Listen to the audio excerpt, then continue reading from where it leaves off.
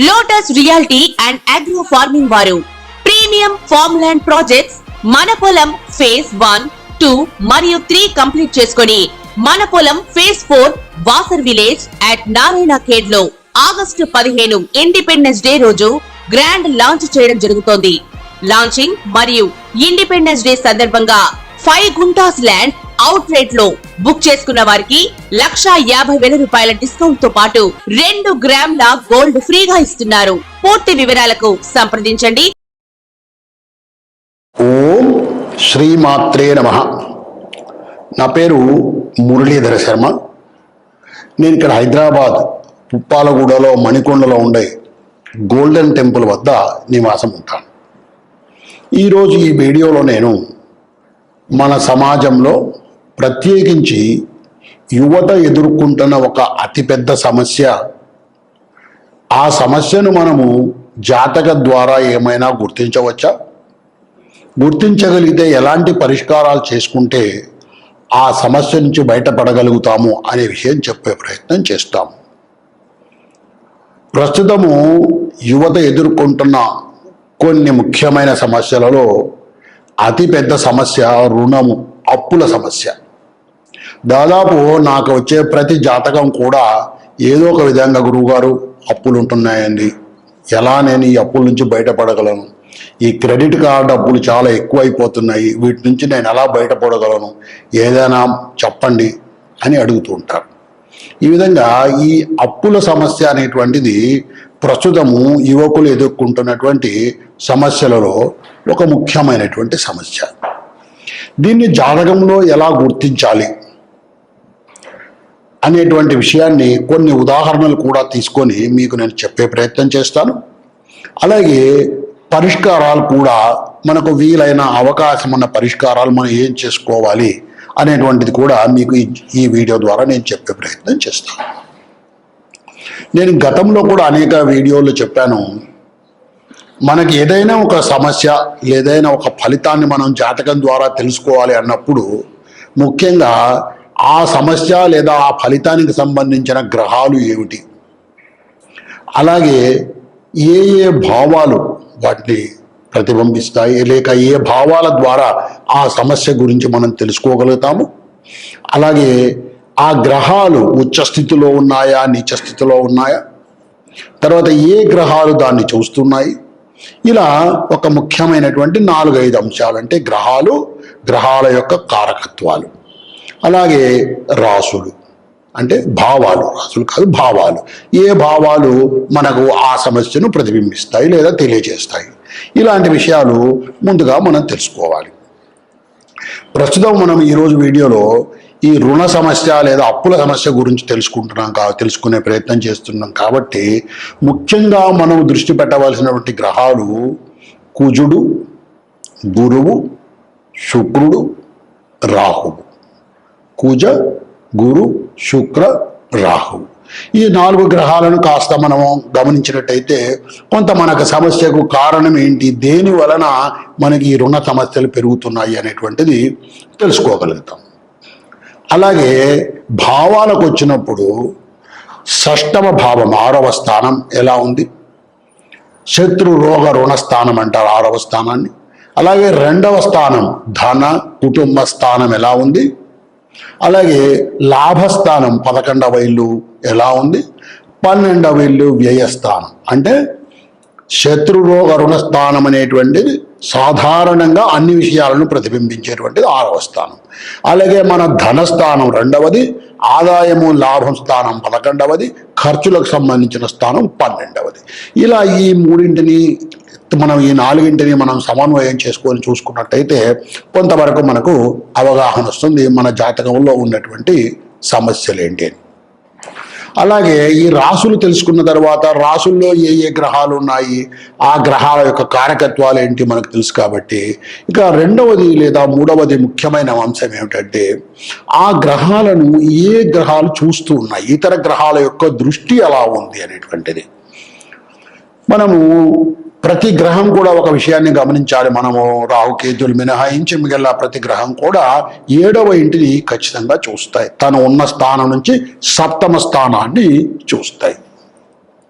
అలాగే అదనంగా ఈ గ్రహాలు సప్తమ స్థానాన్ని చూడటం కాకుండా శని తను ఉన్న ఇంటి నుంచి 7వ స్థానంతో పాటుగా 3వ స్థానాన్ని 10వ స్థానాన్ని కూడా చూస్తాడు. కుజుడు తను ఉన్న రాశి నుంచి 7వ స్థానంతో పాటు 4, 8 స్థానాలను కూడా చూస్తాడు. అలాగే గురువు తాను ఉన్నటువంటి రాశి నుంచి సప్తమ స్థానంతో పాటు 5వ ఇంటిని 9వ ఇంటిని కూడా చూస్తాడు. ఈ విధంగా ఈ గ్రహ దృష్టులు ఉంటాయి. మనం దీన్ని బట్టి మనం తప్పకుండా ఒక అంచనాకు రావచ్చు. ఏమిటి, ఏ గ్రహాలు దీనికి కారణం ఉన్నాయి, ఈ ప్రస్తుతం ఉన్నటువంటి అప్పులకు కారణాలు ఏ గ్రహాల వలన ఏర్పడ్డాయి అనేటువంటి విషయాన్ని మనము తప్పగా తెలుసుకోవచ్చు. ముఖ్యంగా అది కూడా కాకుండా మనకు స్థిర ఆస్తుల విషయం కూడా కొంతవరకు కుజుడు ద్వారా తెలుసుకోవచ్చు. అలాగే చంద్రుడి యొక్క స్థితి, మన మానసిక స్థితి ఎలా ఉందనేటువంటిది చంద్రగ్రహం ద్వారా, చంద్రగ్రహం ఎక్కడ ఉంది, ఏ స్థానంలో ఉంది, ఏ గ్రహాలతో కలిసి ఉంది, ఏ గ్రహం యొక్క దృష్టి ఉంది చంద్రుడి మీద అనేటువంటి విషయం ద్వారా కూడా మనము తెలుసుకోవచ్చు. ఇక గురువు ధనానికి కారకుడు కాబట్టి ఆ గురువు యొక్క స్థితిని ఆధారం చేసుకొని మనకు ధనం ఎలా ఉంది, ధనస్థానం ఎలా ఉంది, లేక ధనస్థానంలో లేదా ఆ గురువు ఎక్కడ ఉన్నాడు, గురువు ఎవరి చేత చూడబడుతున్నాడు అనేటువంటి దాని ఆధారంగా మనము ఈ ధనానికి సంబంధించిన విషయాన్ని తెలుసుకోవచ్చు. ఇంకా శుక్రుడు భాగ్యకారకుడు, సంపద, విలాసాలు, అలాగే పిత్రార్జితమైనటువంటి ఆస్తి భాగ్యం ఎలా వస్తుంది అనేటువంటి దానిని ఈ శుక్రగ్రహం ద్వారా మనము తెలుసుకోవచ్చు. ఈ విధంగా ఈ గ్రహాల యొక్క మనము కాంబినేషన్ ద్వారా, అంటే గ్రహాలు ఏ గ్రహాలు మనకు సంబంధించినటువంటి ఈ అప్పులు, రుణాలని ప్రభావితం చేస్తాయి, అలాగే ఏ భావాలు ప్రభావితం చేస్తాయి, ఏ గ్రహాలు ఎక్కడ ఉన్నప్పుడు ఎలాంటి ప్రభావితం చేస్తాయి అనేటువంటి విషయాన్ని మనం స్థూలంగా జ్ఞాపకం పెట్టుకోవాలి మన జాతకాన్ని మనం పరిశీలించేటప్పుడు. ఇవే ముఖ్యంగా మనం జాతకంలో అర్థం చేసుకోగలిగితే తప్పకుండా మనకున్నటువంటి రుణ సమస్యకు కారణం ఏంటి, ఏ గ్రహం వలన మన మీద ఇలాంటి ప్రభావం ఉంది అనేటువంటిది మనము సులభంగా తెలుసుకోగలుగుతాం. ఇప్పుడు మనము ఒక మిథున లగ్నంలో జన్మించినటువంటి జాతకుడి యొక్క గ్రహస్థితిని పరిశీలించి ఆ జాతకుడు ఎటువంటి ఆర్థిక సమస్యలను ఎదుర్కొంటాడు, లేదా ఆర్థికంగా ఎలా బలంగా ఉంటాడా అనేటువంటి విషయాన్ని మనము తెలుసుకునే ప్రయత్నం చేద్దాం. ముందుగా నేను గ్రహస్థితి వివరిస్తాను. ఈ జాతకుడు మిథున లగ్నంలో జన్మించాడు. కర్కాటక లగ్నంలో కుజ, శుక్రుడు ఈ 2 గ్రహాలు కర్కాటకంలో ఉన్నాయి. 2వ వెంట ధనస్థానంలో కుజుడు, శుక్రుడు ఉన్నాడు. 3వ వెంట రవి, చంద్రులు కలిసి ఉన్నారు. రవి స్వక్షేత్రంలో సింహరాశిలో 3వ వెంట ఉన్నాడు. రవితో పాటుగా చంద్రుడు కూడా ఉన్నాడు. కన్యా రాశిలో బుధ, రాహువులు ఉన్నారు. ధనుస్సులో స్వక్షేత్రంలో గురువు ఉన్నాడు. మీనములో శని, కేతువులు ఉన్నారు. పాపగ్రహాలు ఇద్దరు కూడా మీనంలో ఉన్నారు. శని, కేతువులు ఇద్దరు. మరొక్కసారి గ్రహస్థితి వివరిస్తారు. మిథున లగ్నము, కర్కాటకంలో కుజుడు, శుక్రుడు, సింహంలో చంద్రుడు, రవి, కన్యలో రాహువు, బుధుడు. అంటే సింహంలో రవి స్వక్షేత్రంలో ఉన్నాడు, కన్యలో బుధుడు స్వక్షేత్రంలో ఉన్నాడు. బుధుడు పాపగ్రహమైనటువంటి రాహుతో కలుసుకొని ఉన్నాడు. అలాగే ధనుస్సులో గురువు ఉన్నాడు. మీనంలో శని, కేతువు ఉన్నాడు. ఇది గ్రహస్థితి. ఈ గ్రహస్థితి ఎలాంటి పరిస్థితులకు దారితీసే అవకాశం ఉంది. ముందుగా లగ్నాన్ని పరిశీలించినట్టయితే లగ్నములో ఎటువంటి గ్రహాలు లేవు, బాగుంది. లగ్నానికి గురు దృష్టి కూడా ఉంది. సప్తమ స్థానం నుంచి, ధనస్సు నుంచి గురువు చూస్తున్నాడు కాబట్టి బాగుంది. అలాగే ఇక లగ్నమునకు అధిపతి అయినటువంటి బుధుడు స్వక్షేత్రంలో ఉన్నాడు, బాగానే ఉంది. కానీ పాపగ్రహం అయినటువంటి రాహువుతో కలుసుకొని ఉన్నాడు. దీని వలన ఏమవుతోంది, ఈ రాహువుతో కలుసుకొని ఉన్నందు కారణం వలన ఆదాయం ఏదైనా వచ్చేది ఉంటే ఆ బుధుడి యొక్క స్థితి వలన, బుధుడు స్వక్షేత్రంలో ఉండడం వలన ఆదాయం ఏదైనా వచ్చేది ఉంటే ఆ ఆదాయాన్ని అనవసరమైనటువంటి ఖర్చులకు ఖర్చు పెట్టేటువంటి అవకాశము ఎక్కువగా ఉంటుంది. ఈ రాహు బుధాల కలయిక వలన, ఈ రాహు యొక్క ప్రభావం వలన ఈ బుధుడు వల్ల వచ్చినటువంటి ఆదాయాన్ని కూడా పోగొట్టుకునేటువంటి అవకాశం ఉంది. కాబట్టి లగ్నం శుభంగా ఉంది, లగ్న అధిపతి పరిస్థితి కాస్త బలహీనంగా ఉందని చెప్పుకోవచ్చు. ఇక రెండవ స్థానం ధనస్థానము. ఈ ధనస్థానములో శుక్రుడు, భాగ్యకారకుడు శుక్రుడు ఉన్నాడు, బాగానే ఉంది. అయితే ఈ శుక్రుడు షష్ఠ స్థానాధిపతి అయినటువంటి కుజునితో కలుసుకొని ఉన్నాడు. ఈ కర్కాటక రాశి కుజుడికి నీచస్థితి. షష్ఠ స్థానాధిపతి అయినటువంటి కుజుడు, తీవ్ర గ్రహం అయినటువంటి కుజుడు నీచలో పడిపోయి ఉన్నాడు అక్కడ. కాబట్టి ఇంకా బలహీనమైనటువంటివి, ఇంకా ఇబ్బందికరమైనటువంటి నిర్ణయాలనే ఈ కుజుడు ప్రోత్సహిస్తాడు.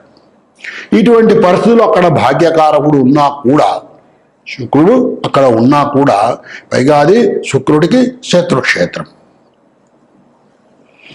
ఈ శత్రుక్షేత్రంలో శుక్రుడు పాపగ్రహమైనటువంటి కుజుడితో కలిసిపోయి ఉండడం వలన ఏదైనా పిత్రార్జితమైనటువంటి ఆస్తి కానీ లేదా ధనం కానీ వచ్చేది ఉన్నా కూడా అది పాపకర్మల వల్ల రావడము, లేదా కుటుంబ స్థానం కూడా అది ఈ కుటుంబ స్థానంలో లేనిపోని చీకాకులు ఏర్పడడం, దాని వలన ధన వ్యయం జరగడము, ఇలాంటి పరిస్థితులన్నీ కూడా ఈ శుక్ర కుజుల కలయిక వల్ల ధనస్థానంలో ఏర్పడేటువంటి అవకాశం ఉంది. లగ్నాన్ని చూసాము, లగ్నాధిపతిని చూసాము, ధన కుటుంబ స్థానాన్ని చూసాము. ఇక లాభస్థానాధిపతి, లాభస్థానం అంటే 11వ స్థానం మేషరాశి, మరలా అక్కడ కూడా కుజుడే అధిపతి. ఈ లాభస్థానాధిపతి కూడా నీచలోనే పడి ఉన్నాడు, కర్కాటకంలో ఉన్నాడు, నీచ స్థితిలో ఉన్నాడు. కాబట్టి ఏదైనా ఆదాయం వచ్చేది ఉన్నా కూడా ఈ కుజుడు ఈ లాభస్థానాధిపతి ఎవరైతే, లాభస్థానంలో ఇతర గ్రహాలు ఏమీ లేవు, లాభస్థానానికి శుభగ్రహ దృష్టి లేదు, ఉన్నటువంటి లాభస్థాన అధిపతి కూడా కర్కాటకంలో నీచ స్థితిలో పడి ఉన్నాడు, శుక్రుడితో కలుసుకొని ఉన్నాడు. కాబట్టి ఏదైనా కాస్త ఆదాయం వస్తుందేమో అనుకుంటే ఆ ఆదాయం వచ్చేటువంటి అవకాశం కూడా లేదు. ధనస్థానంలో పాపగ్రహం ఉండడము, నీచ స్థితిలో ఉండడము, ఇలాంటివన్నీ కూడా అక్కడ సంక్రమించినాయి. కాబట్టి ఈ కుజ శుక్రుల కలయిక ధన కుటుంబ స్థానంలో ఉండడం వల్ల కుటుంబంలో వచ్చేటువంటి ఇబ్బందుల వలన అసలే ఆదాయం లేదు, దానికి తోడు కుటుంబంలో వచ్చేటువంటి కలహాలు లేదా ఇబ్బందుల వలన మరింత ఆర్థిక వ్యయం ఎక్కువగా జరిగే అవకాశం ఉంది. ఇంకా మనం బాగా పరిశీలించినట్టయితే ఒక శుభ సూచకం ఏమిటంటే గురువు ధనస్థానంలో ఉన్నాడు, స్వక్షేత్రంలో ధనకారకుడు ఉన్నాడు. ధనస్థానంలో లేడు, ధనకారకుడు గురువు స్వక్షేత్రంలో ఉన్నాడు. ఇటువంటి పరిస్థితిలో ఇక్కడ మనం బాగా గమనించినట్టయితే రాహు యొక్క ప్రభావం ఉంది బుధుడి మీద. ఆ స్థితి మనకు ఉపయోగపడే విధంగా లేదు. ధన కుటుంబ స్థానం ఉపయోగపడే విధంగా లేదు. ఆదాయ స్థానం ఏదైతే, లాభస్థానం ఏదైతే ఉందో అది కూడా ఉపయోగపడే పరిస్థితి లేదు. వ్యయస్థానంలో శుక్రుడు, వ్యయస్థానాధిపతి అయినటువంటి శుక్రుడు చూస్తే పాపగ్రహంతో కలుసుకొని ఉన్నాడు. అందువల్ల ఈ జాతకుడికి మానసిక ఒత్తిడి వల్ల, కుటుంబ కలహాల వల్ల ఆదాయం రాకపోగా వ్యయాలు పెరిగి ఇబ్బంది పడేటువంటి అవకాశమే ఎక్కువగా కనపడుతుంది. దాని వలన అప్పులు, మానసిక ఆందోళన ఈ జాతకుడికి ఉండే అవకాశం ఉంది. మరి ఇప్పుడు ఏం చేయాలి అంటే, మనం బాగా గమనించినట్టయితే కుజ శుక్రుల ప్రభావమే ఈ జాతకం మీద, ధన కుటుంబ స్థానం మీద పడడం వలన మిగిలినవన్నీ కూడా దెబ్బతింటున్నాయి. ఆదాయం రాకపోగా కుజ శుక్రులు ధనస్థానంలో ఉన్నందువల్ల. కాబట్టి కుజ శుక్రుల స్తోత్రం చేసుకోవటము, కుజునికి శుక్రానికి జపం చేసుకోవటము, మంగళవారం నాడు మంగళవార వ్రతము అనేటువంటిది చేయడం, ప్రత్యేకించి కుజుడికి సంబంధించినటువంటి ఒక వ్రతం అన్నమాట ఇది. అలాగే ఎర్రని వస్త్రాలు దానం చేయటము, నవగ్రహాలకు ప్రదక్షిణం చేయటము, ఇలాంటి చిన్న చిన్న పరిష్కారాలను చేసుకొని, గురువు ధనకారకుడు స్వక్షేత్రంలో ఉన్నాడు, కాస్త ఇతర గ్రహాల యొక్క ప్రభావం ఏమీ లేదు కాబట్టి కాస్త ఇలాంటి చిన్న చిన్న పరిష్కారాలను కనుక చేసుకోగలిగితే భగవంతుడి మీద విశ్వాసంతో ఇలాంటి చిన్న చిన్న పరిష్కారాలు కనుక చేసుకోగలిగితే ఈ జాతకుడు ఈ ఆర్థిక సమస్యల నుంచి కొంత బయటపడే అవకాశము కనపడుతూ ఉంది. ఓం శ్రీమాత్రే నమః.